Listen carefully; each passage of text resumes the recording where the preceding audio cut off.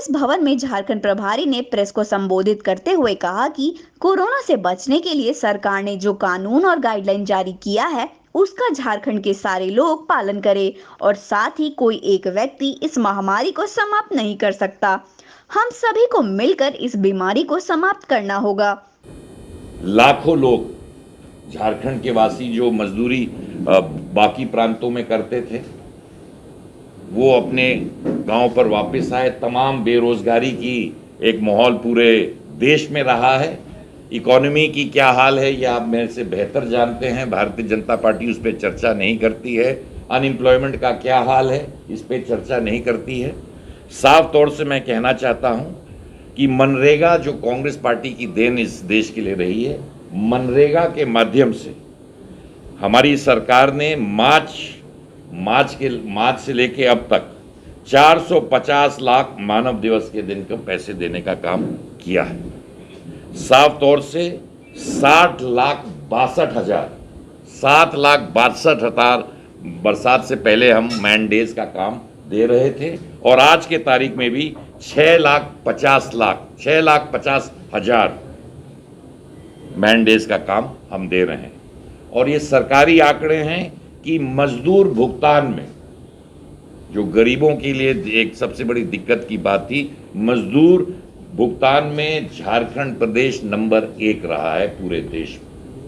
मजदूरी में भुगतान देने में झारखंड प्राथमिक नंबर 1 पूरे देश में रहा है इस लॉकडाउन के दरमियान। वो अपने आप समझते हैं और बड़े गर्व के साथ मैं कह सकता हूं कि जब लाखों लोग इस देश में अपने प्रदेश में अपने घर आए, तमाम लोगों को दिक्कतें लॉकडाउन में झारखंड के अंदर हुई, एक भी मौत भुखमरी की वजह से नहीं हुई। ये अपने आप में एक बहुत बड़ी चीज़ है क्योंकि जो वितरण सिविल सप्लाईज की तरफ से वितरण होते रहा, बाकी समाज सेवियों ने भी अनाज का बंटवारा किया, कांग्रेस पार्टी ने भी किया, अन्य लोगों ने भी किया, परंतु एक सिविल सप्लाईज के माध्यम से जो हमने अनाज घर घर पहुंचाने का काम किया लाखों लोग आने के बाद भी, तो ये एक बहुत बड़ी उपलब्धि। क्योंकि आपने देखा होगा जब बाकी सरकारें थी, जब कोई भी इस तरह का लॉकडाउन नहीं था, लाखों लोग मजदूर वापस नहीं आए थे, रोजाना किस तरह की घटनाएं हम सुनते थे।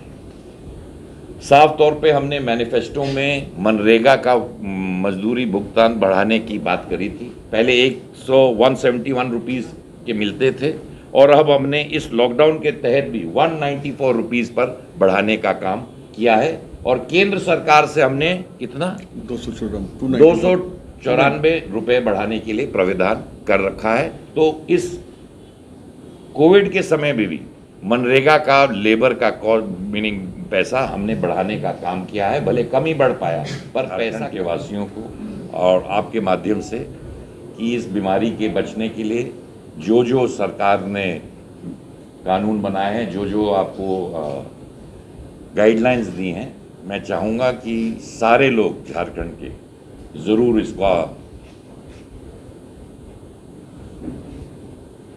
उपयोग करें। तभी कोई एक व्यक्ति से ये महामारी समाप्त नहीं हो सकती है। हम सब के सारे झारखंड के लोगों के साथ मिलकर ही हम अवश्य इस बीमारी से मुक्ति पाएंगे और विकास के मार्ग थे उनको इस बीमारी के लड़ने के लिए सरकार ने बाकी सब चीज़ों पर रोक लगाकर इस महामारी से, इस पैंडेमिक से लड़ने के लिए पूरा जोर लगाया। मैं मुख्यमंत्री से लेकर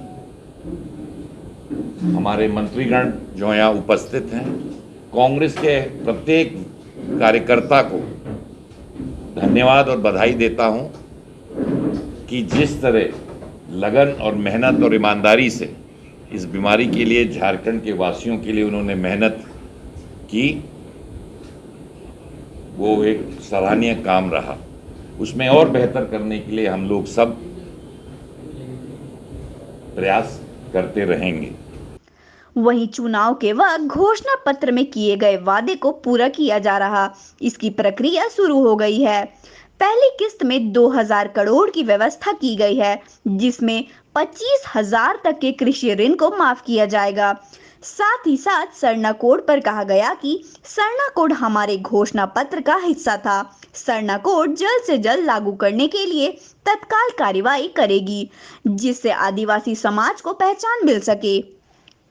मंत्रालय में खाली पड़े पदों को तत्काल भरने की बात कही गई थी और सभी मंत्रालय के खाली पड़े पद उसे भरने के लिए मुख्यमंत्री से बात की गई। बहुमत दी और हमने भी इलेक्शन के दरमियान तमाम वादे किए थे।